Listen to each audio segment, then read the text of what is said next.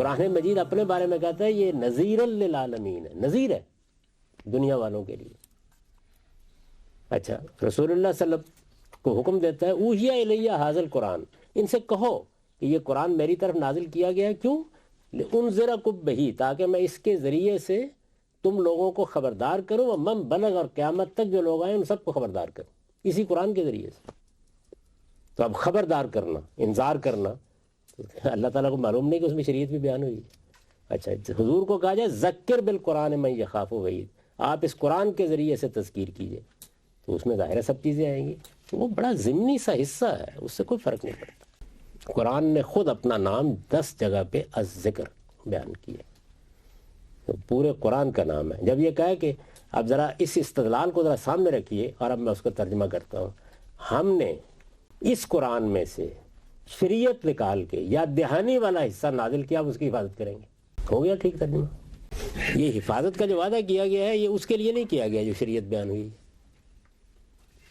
یہ کہنا مقصود. انا نحن نزلنا ذکر، آیت کو پڑھیں پہلے. اس قرآن کو، اس یاد دہانی کو ہم نے نازل کیا ہے، ہم اس کی حفاظت کریں گے، یہ کہا جا رہا ہے. موضوع صرف یہ ہے کہ جو ذکر ہے کیا وہ صرف قرآن ہے یا قرآن کے ساتھ نبی صلی اللہ علیہ وسلم کی اشارہ؟ یہ ہے موضوع، یہ موضوع ہے. تو اس میں ابن حزم نے سوائے ایک فیتھ پوزیشن جو مکمل طور پر غیر عقلی پوزیشن ہے، غیر علمی پوزیشن ہے، پھر فیتھ پوزیشن ہے، اور فیتھ کی بھی بنیاد ہونی چاہیے نا. میں نے عرض کیا کہ اگر مثلاً قرآن مجید یہ پوری بات بیان کر دیتا کہ اللہ تعالیٰ یہ فرماتے کہ میرے پیغمبر کی طرف منسوب کر کے کچھ لوگ باتیں پہنچائیں گے، تم نے ان باتوں کو کے بارے میں تردد نہیں کرنا، یہ اتنی سی تحقیق کر لینا. اگر تمہیں کوئی آدمی کے اندر کوئی نقص نہیں نظر آ رہا تو اس کی بات مان لینا، اس کی حفاظت میں کرنا. یہ اتنی صراحت کے ساتھ ہونا چاہیے تھا ایک غیر عقلی بات منوانے کے لیے. وہ خلاف عقل بات ہے نا، اس میں سارے اعتراضات ہوتے ہیں. بندے کے بارے میں تحقیق مشتبہ، اس کے حفظ و اتقان کے بارے میں تحقیق مشتبہ، اس کی ہسٹری کے بارے میں بارہا آپ معلومات کی بنیاد پر رائے قائم کرتے ہیں، غلطی ہو جاتی ہے اس کے اندر. لوگوں نے تو یہاں پروفٹ کی بات پروفٹ کے ٹائم پہ نہیں مانی، تو ہم بعد میں لوگوں کی بات کیسے مانیں؟ مطلب ہم یہ بحث کر رہے ہیں کہ ہم اس کو لے رہے ہیں وہ سب مواد کو، لیکن اس مواد کو لینے کا مطلب یہ آپ اگر کریں کہ وہ خدا کی حفاظت میں آ گیا ہے سارا کا سارا، تو پھر وہ جو باقی ہمیں تکلیف دی ہے اتنی تحقیق کرنے کی، وہ بھی نہیں دینی چاہیے تھی. پھر اللہ تعالیٰ نے یہ کام کرنا ہی تھا، یوں کر دیتے کہ بھائی رسول اللہ کی نسبت سے کوئی بات کر ہی نہیں سکے گا غلط، جو بیان کرے مان لو، زیادہ اچھا ہوتا. اعتقادی مقدمہ ہی منوانا ہے تو ایسے منوائے نا، ورنہ ہم یعنی ٹوٹے ہوئے گلاس کے بارے میں کیسے مان لیں کہ اللہ تعالیٰ نے اس کی حفاظت فرمائی ہے اور یہ ٹوٹا ہوا نہیں ہے. تو ایک خلاف عقل بات کو آپ اعتقادی دھوس سے نہیں منوا سکتے. ابن حزم والی جو اپروچ ہے اس میں مثلا فاطمہ بنت قیس والی ایگزامپل میں وہ اس کو کیسے سارٹ آؤٹ کریں گے، کیونکہ اس میں تو تین مختلف آ رہی ہیں. نہیں وہ اب آپ مثالوں میں اگر جائیں گے تو ایک ایک کو اپنے اس میں بٹھائیں گے، وہ آپ ان کے سارٹ آؤٹ کرنے کے عمل کو ہو سکتا ہے ناپسند کریں، یا کہیں آپ مثلا میں ان کی ایک بڑی دلچسپ مثال دے دیتا ہوں اگر آپ نے سمجھنا ہی ہے ان کا طریقہ. قرآن مجید میں اگر آپ پڑھیں تو سورہ نور میں اللہ تعالیٰ نے قذف کا قانون بیان کیا ہے، کسی پر بدکاری کی تہمت لگانے کا.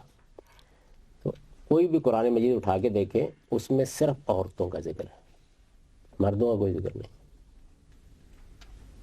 والذین یرمون المحصنات، وہ لوگ جو پاک دامن بولی بالی عورتوں پر الزام لگاتے ہیں وہ 4 گواہ لائیں. مردوں پر الزام کا ذکر ہی نہیں سرے سے. اچھا اب یہ بات ظاہر بالکل خلاف عقل ہے کہ مردوں کے بارے میں آدمی یہ کہے کہ ان پر الزام آرام سے لگا دو. خود رسالت میں آپ صلی اللہ علیہ وسلم کی اپنی جو ٹریڈیشن ہے وہ یہ ہے کہ جس مرد پر بھی الزام لگایا گیا اسے کوئی 4 گواہی پیش کرنے پڑے ہیں سب میں. اچھا میں اس وقت اس پہ بحث نہیں کرتا کہ زبان کی روح سے یہ بات ہی غلط ہے، نہیں، وہ مردوں کا جو ذکر ہے وہ کیسے نہیں ہے اور کیوں نہیں ہے اور اس کو مانا کیوں جائے گا وہ ایک الگ بحث ہے. لیکن ابن حزم کو یہ مسئلہ پیش آ گیا اپنی اس سارے نظام کے اندر کہ وہ اب کیا کریں اس صورتحال کو. تو انہوں نے کہا کہ یہ لفظ المحسنات استعمال ہوا ہے نا عربی زبان میں، محسنات کا مطلب پاک دامن، تو اس کا جو موصوف ہے یعنی جس کی یہ صفت ہے وہ عورتیں ہیں، النساء المحسنات.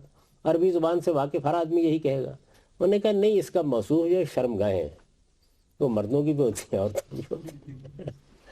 تو یہ اس طرح کا دلچسپ استدلال ہے. یہ میں نے اس وقت حوالہ دے دیا، یہ عمار صاحب نے اس کی پوری تفصیل کر دی سارے، اس پہ آپ دیکھ سکتے ہیں. تو وہ کس طرح کرتے ہیں اس میں تو پھر ایک ایک کو دیکھنا پڑے گا نا، کر کے دکھانا، اس کے لیے کئی دن چاہیے، کیونکہ مثالوں کے اطلاق میں تو پھر اور صورتحال پیدا ہوتی ہے. اپروچ سمجھ لیجیے کہ ان کی اپروچ اپنے بیسک استدلال میں ٹھیک نہیں. اب آ جائیں چوتھی پر یا ابھی؟ آپ کو علم ہے نا کہ چوتھی اور پانچویں جو ہے وہ اپنی بنائے استدلال میں ایک ہی، یعنی وہ آگے جا کے اس چیز کو پریزنٹ جیسے کرتے ہیں اس میں اختلاف ہوتا ہے. اس پر بھی کمنٹ کر دیں گے، لیکن بنیادی استدلال جو ہے اس کو دیکھنا چاہیے. جب آپ اس بنیادی استدلال کو دیکھتے ہیں تو اب آپ یہ دیکھیے کہ ایک امبریلا آپ نے بنایا، مقاصد کا بنایا، یا آپ پیغمبر کی ذات کو وہاں کھڑا کر لیتے ہیں. تو میں اس امبریلا کو ایک طرف رکھ دیتا ہوں. میں کہتا ہوں آپ اس جگہ آ جائیے جس میں یہ بحث کرنے کی ضرورت نہیں، وہ ہے قرآن مجید.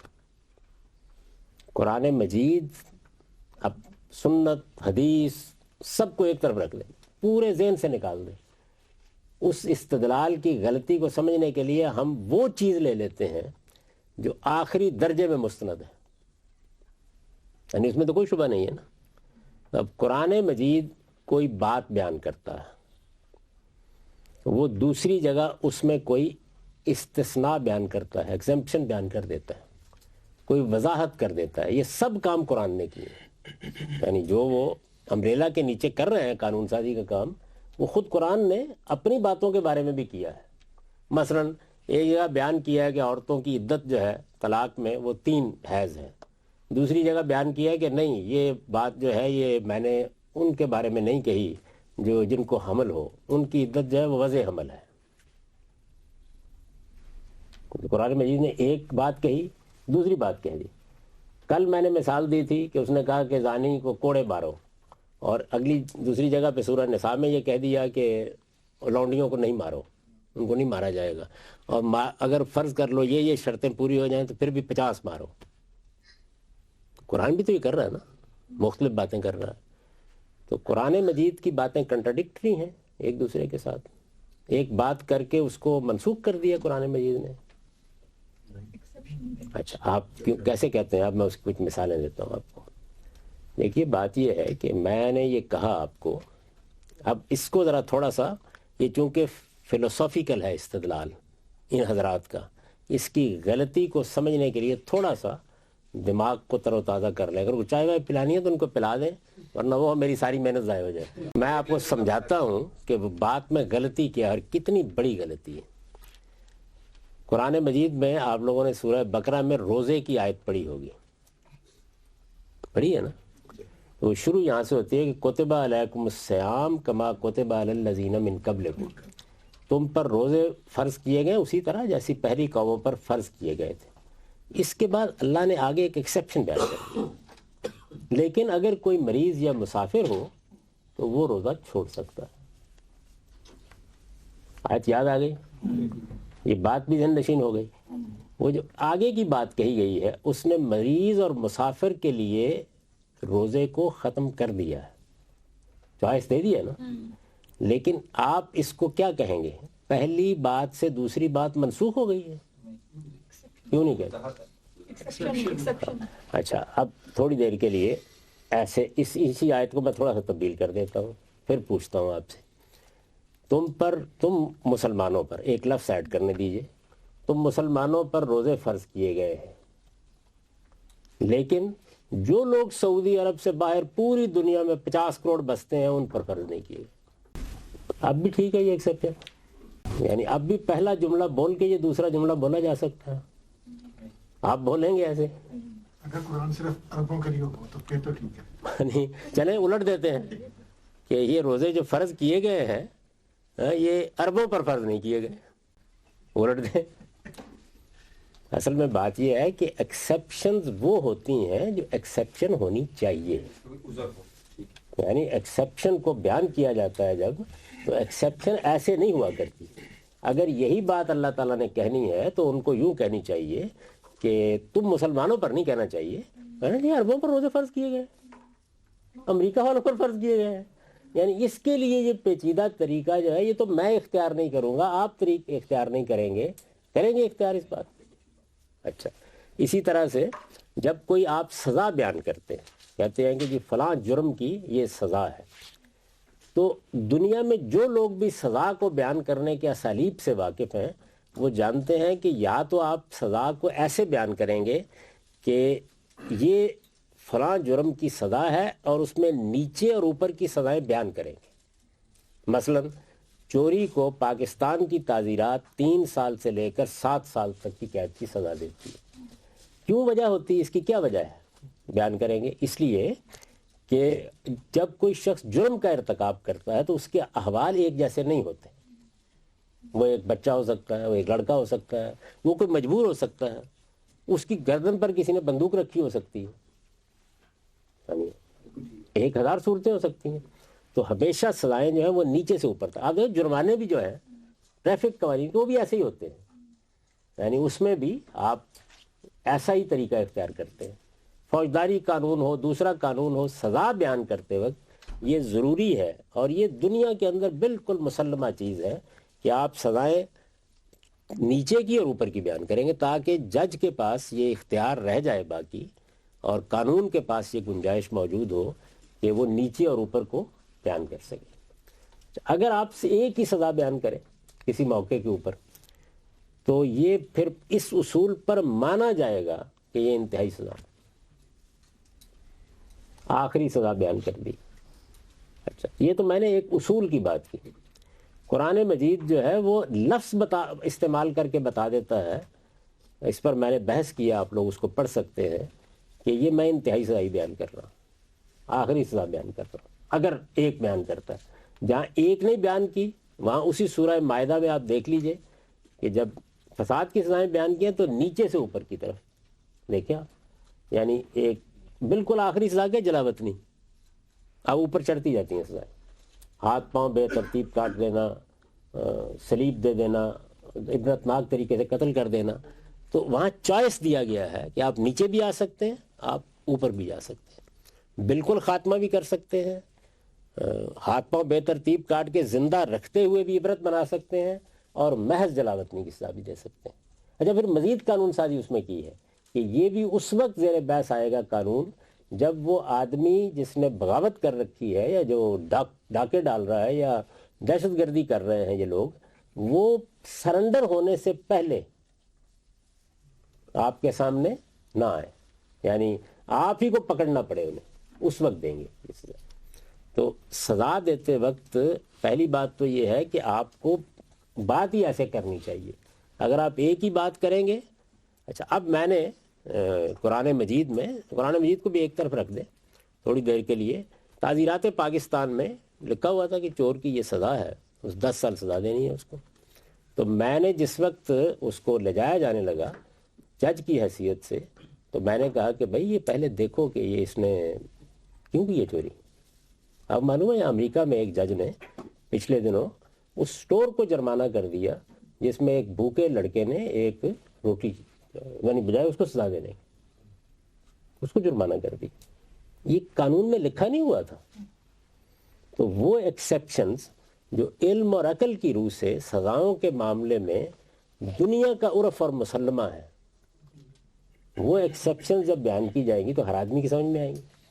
آپ ذرا وہ امام شافعی کی وہ بات یاد کیجئے جہاں سے اس نے سارے استدلال کی انہوں نے بنیاد اٹھا دی تھی.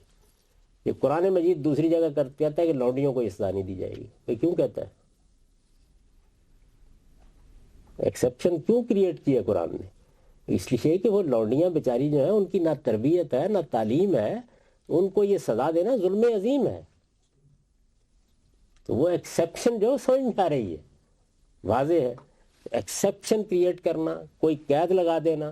مثلا قرآن نے کہا کہ آپ 100 کوڑے ماریں, آپ کوڑے مارنے لگے تو میں نے کہا کہ بھائی یہ کوڑے مارنے یا درہ مارنا ہے تو یہ اس طرح کا موٹا سوٹا نہیں لینا، تم نے ہاتھ زیادہ اوپر نہیں اٹھانا، چمڑی نہیں ادھیڑنی. یہ ساری باتیں جو میں شرطیں لگاتا چلا جا رہا ہوں یہ وہ کامن سینس کی شرطیں ہیں جو لگاتے وقت آپ کو خیال بھی نہیں ہوگا کہ یہ قرآن میں کہاں ہے. اسی وجہ سے اگر آپ پاکستان کے یا کسی دنیا کے قانون کا مطالعہ کریں تو قانون کا مجموعہ الگ ہوتا ہے، جیسے تعزیر پینل کوڈ ہے، اور پروسیجرل لا بالکل الگ ہوتا ہے.